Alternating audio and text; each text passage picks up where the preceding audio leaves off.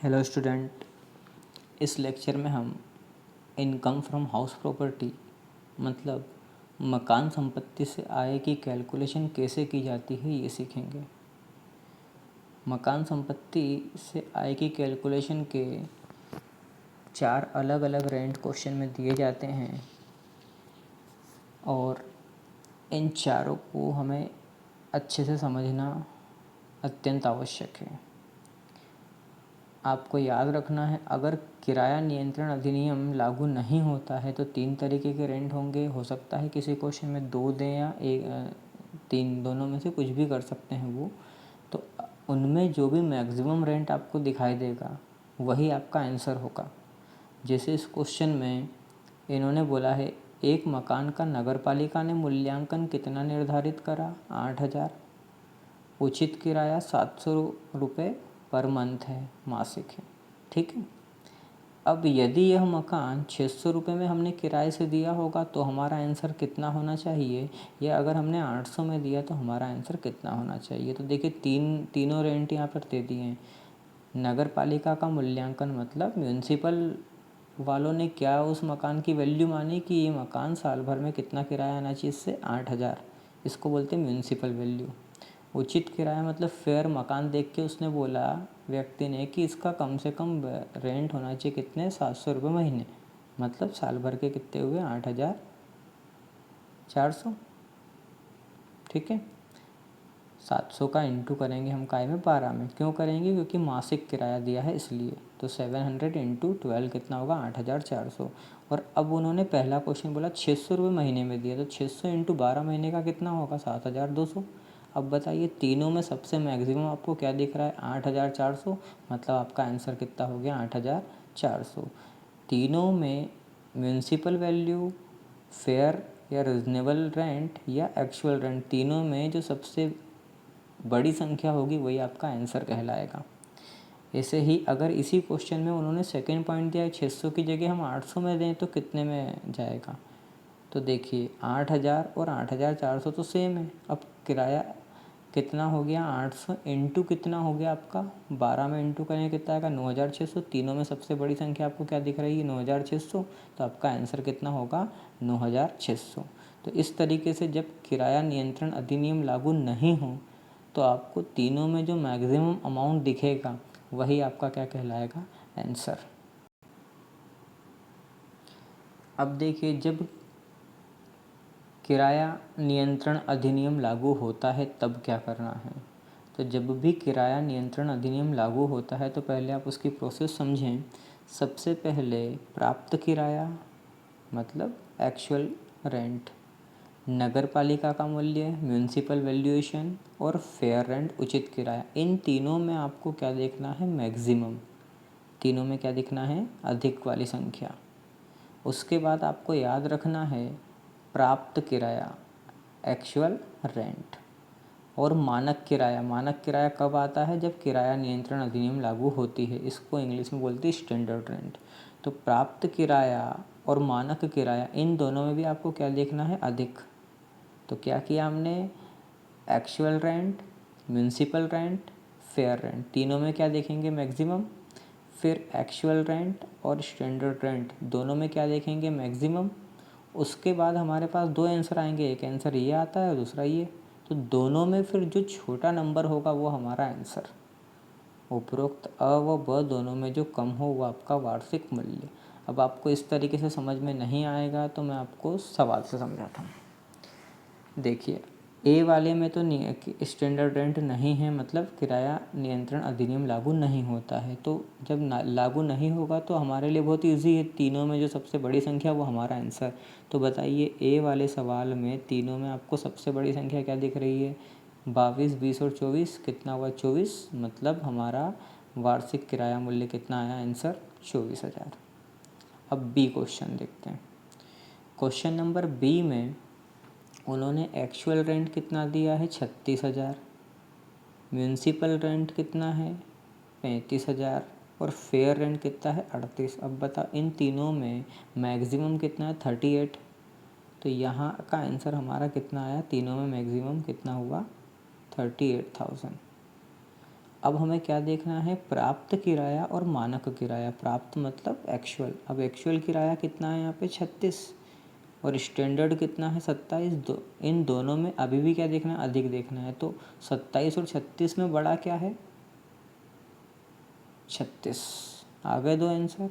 अब इन दोनों में छोटा क्या है, 38 और 36 में छोटा क्या है, तो 38 और 36 में छोटा 36 है, इसलिए हमारा आंसर कितना होगा, 36,000।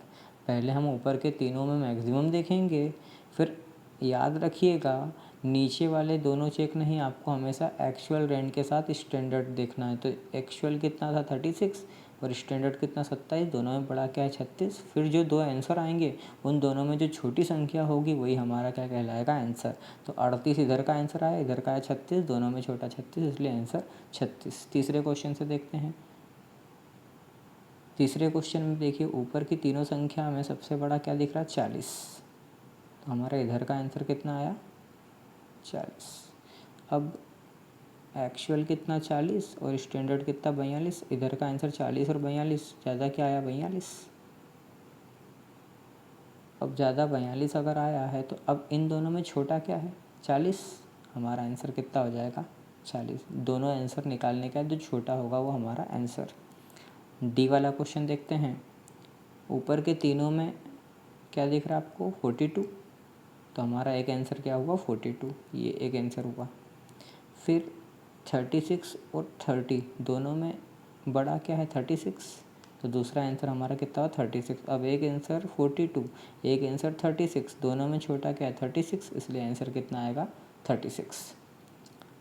नेक्स्ट देखते हैं, ऊपर के तीनों में देखिए बड़ा क्या है 50। तो ये एक आंसर हमारा क्या हुआ, 50,000। फिर एक्चुअल रेंट और स्टैंडर्ड रेंट में बड़ा क्या है, 48।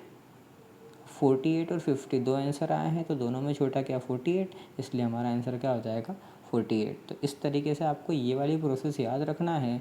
एक्चुअल, म्यूनसिपल, फेयर तीनों में मैक्सिमम, फिर एक्चुअल और स्टैंडर्ड दोनों में मैक्सिमम, दो आंसर निकल के आएंगे, उन दोनों में जो छोटा होगा वो हमारा आंसर कहलाता है। चलिए नेक्स्ट क्वेश्चन देखते हैं। एक मकान का नगरपालिका का मूल्य कितना दिया, म्यूनसिपल वैल्यू 18,000, जबकि इसका उचित किराया, इसका फेयर रेंट कितना है 21,000। यह मकान गत वर्ष में 1,600 रुपये प्रति माह पर 8 माह के लिए किराए पर दिया गया, अर्थात मकान 4 महीने खाली रहा। वार्षिक मूल्य ज्ञात कीजिए। तो याद रखिए अगर मकान खाली रहता है तो भी आपको तीनों की वैल्यू पहले ईयरली निकालना है। जैसे यहाँ पर 18,000 जो है म्यूनसिपल वो पूरे साल का है, 21,000 फेयर वैल्यू वो भी पूरे साल की है। तो हमें पहले पूरे 12 महीने के अकॉर्डिंग सवाल सॉल्व करना है और उसके बाद हम 4 महीने जो खाली रहा मकान उसका हम क्या करेंगे, अमाउंट को माइनस कर देंगे। जैसे सबसे पहले हमें नगरपालिका मूल्य म्यूनसिपल वैल्यू कितना दिया, 18,000। उचित किराया कितना दिया गया, 21,000। और वास्तविक किराया 12 महीने का कितना, तो क्वेश्चन में बोला गया 1,600 रुपये महीने का दिया। 1,600 में 12 का इंटू करेंगे कितना आएगा, 19,200। अब बताइए तीनों में मैक्सिमम क्या दिख रहा है, 21,000, मतलब मकान का वार्षिक मूल्य कितना माना जाएगा, 21,000। अब मकान का वार्षिक मूल्य एनुअल वैल्यू निकालने के बाद जितने महीने ही मकान खाली रहा था उतने महीने के किराए को हम माइनस कर देंगे। तो कितने महीने खाली रहा मकान, 4 महीने। एक महीने का किराया कितना था, 1,600। 1,600 के अकॉर्डिंग 4 महीने का 6,400 हम माइनस कर देंगे। मतलब मकान से इनकम कितनी मानी जाएगी, 14,600 रुपये। तो याद रहे अगर मकान खाली रहता है तो भी हमें जो कंपेयर करना है वो ईयरली से करना है, क्योंकि ये जो पूरे साल भर का किराया ये भी पूरे साल का किराया। अगर हम यहाँ पर 8 महीने से निकालते तो सवाल गलत हो जाता। इसलिए जब भी आप सवाल करें तो अगर सभी की जो वैल्यू है वो ईयरली निकालें, उसके बाद जितने मंथ भी मकान खाली रहेगा उसको हम क्या कर देंगे, माइनस कर देंगे। चलिए नेक्स्ट क्वेश्चन है, एक मकान का नगरपालिका मूल्य कितना है, म्यूनसिपल वैल्यू 36,000, जिस पर 10% कर लगता है। म्यूनसिपल टैक्स कितना लगेगा, 10%। यह मकान 3,500 रुपये प्रति माह, यहाँ पर ही मंथली दिया है, पर किराए पर दे दिया गया। गत वर्ष में किराएदार से 4 माह का किराया वसूल नहीं हो सका।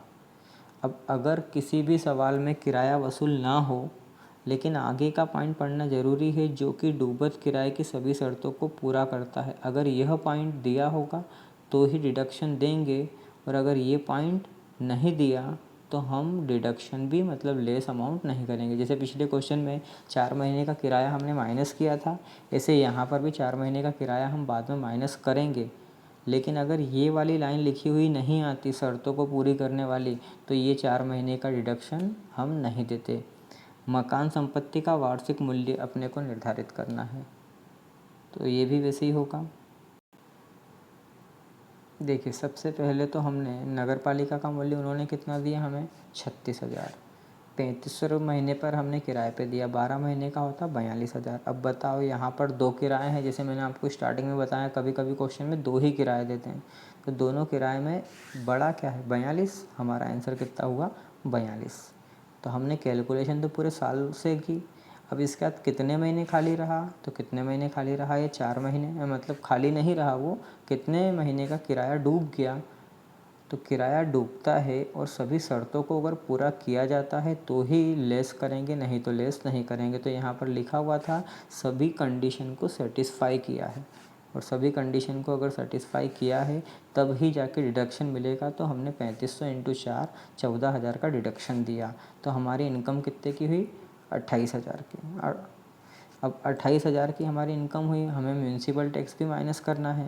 म्यूनसिपल टैक्स कितना बोला, 10%। तो म्यूनसिपल टैक्स 10% काय पे, तो याद रखिएगा म्यूनसिपल टैक्स हमेशा म्यूनसिपल वैल्यू पे लगता है। म्यूनसिपल वैल्यू क्वेश्चन में कितनी थी, 36,000।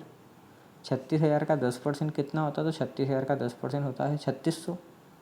तो 3600 माइनस कर देंगे, मतलब वार्षिक मूल्य कितना माना जाएगा, 28,000 में से 3,600 काय में चले गए टैक्स में, मतलब इनकम कितनी मानी जाएगी, 24,400 रुपये। तो पहले हमने क्या करा, दोनों वैल्यू में मैक्सिमम अमाउंट निकाला। मैक्सिमम अमाउंट निकालने के बाद जितने महीने का किराया नहीं हुआ वो माइनस करा। माइनस करने के बाद जो भी हमारी म्यूनसिपल वैल्यू थी उसका 10% हमने टैक्स लगाया। तो 10% कितना होता है, 36,000 का 10% 3600, टैक्स लगा देंगे तो बचेगा अमाउंट कितना, 24,400। तो इस तरीके से यहाँ से इनकम कितनी मानी जाएगी मकान से, 24,400 रुपये। अब इस क्वेश्चन में हमें क्या दे रखा है, श्री जयंत बुड़ाना ने एक बंगला 1 मई 2017 को स्वयं के आवास हेतु क्रय किया। खुद के रहने के लिए 1 मई 2017 को मकान खरीदा। इसके लिए उन्होंने 24 लाख रुपए का ऋण बैंक से लिया। ब्याज की कटौती बताइए। यदि 31 मार्च 2019 को इस ऋण पर देय ब्याज 2,22,000 हो या 1,72,000 हो। तो ये सवाल समझाने के पहले मैं आपको इसके रूल बताना चाहूँगा। यदि कोई मकान आपने ख़रीदा हो और वो 1 अप्रैल 1999 के बाद का हो, तो आपको उस पर ब्याज की मैक्सिमम 2 लाख रुपए की छूट मिलेगी। मैक्सिमम कितनी, 2 लाख की। मतलब अगर 2 लाख से ज़्यादा हुआ तो आपको छूट कितने की मिलेगी, 2 लाख की। और अगर 2 लाख से कम हुआ तो जो भी कम अमाउंट होगा उसी का हमें डिडक्शन मिलता है। तो यहाँ पर आपको याद रखना है, एक्चुअल अमाउंट जो होगी क्वेश्चन में वो और 2 लाख दोनों के बीच हम देखेंगे कि दोनों में छोटी अमाउंट क्या है, और दोनों में जो छोटी अमाउंट होती है उसी का हमें डिडक्शन मिलता है। तो पहले क्वेश्चन में इन्होंने बोला है अ वाले में कि 2,22,000 था। अब आप बताइए 2,22,000 और 2 लाख, दोनों में छोटा अमाउंट क्या है, 2 लाख, मतलब डिडक्शन कितने का मिलेगा, 2 लाख का। तो देखिए नीचे ए वाले पॉइंट में, ऐसी स्थिति में उन्हें कर निर्धारण वर्ष 19-20 के लिए स्वयं आवास के हेतु मकान के ऋण के ब्याज के रूप में वास्तविक राशि 2,22,000 और 2 लाख, दोनों में जो क्या हो, कम हो। दोनों में कम कितनी है, 2 लाख, मतलब डिडक्शन कितने का मिलेगा, 2 लाख का। तो याद रखें, एक्चुअल अमाउंट और 2 लाख दोनों में जो भी अमाउंट छोटी होती है उतने उसी की कटौती मिलती है। इसी में दूसरे नंबर के क्वेश्चन में, बी वाले क्वेश्चन में उन्होंने बोला है अगर ये कितने का हो ब्याज की राशि, 1,72,000। तो देखिए 1,72,000 और 2 लाख दोनों में छोटा क्या है, 1,72,000, तो आपको कटौती कितने की मिलेगी? 1,72,000। तो ये चीज़ याद रखना है। 1 अप्रैल 1999 के बाद अगर कोई मकान आपने ख़रीदा है तो उसमें कटौती आपको मिलेगी कितने की? मैक्सिमम 2 लाख की। मैक्सिमम 2 लाख की, उससे कम होगी तो कटौती कम मिलेगी, और ज़्यादा अगर होगी तो 2 लाख से ज़्यादा नहीं मिलेगी, केवल 2 लाख तक की मिलेगी। और अगर 1 अप्रैल 1999 के पहले का है तो आपको 2 लाख की कटौती नहीं मिलेगी, आपको 30,000 की कटौती मिलेगी।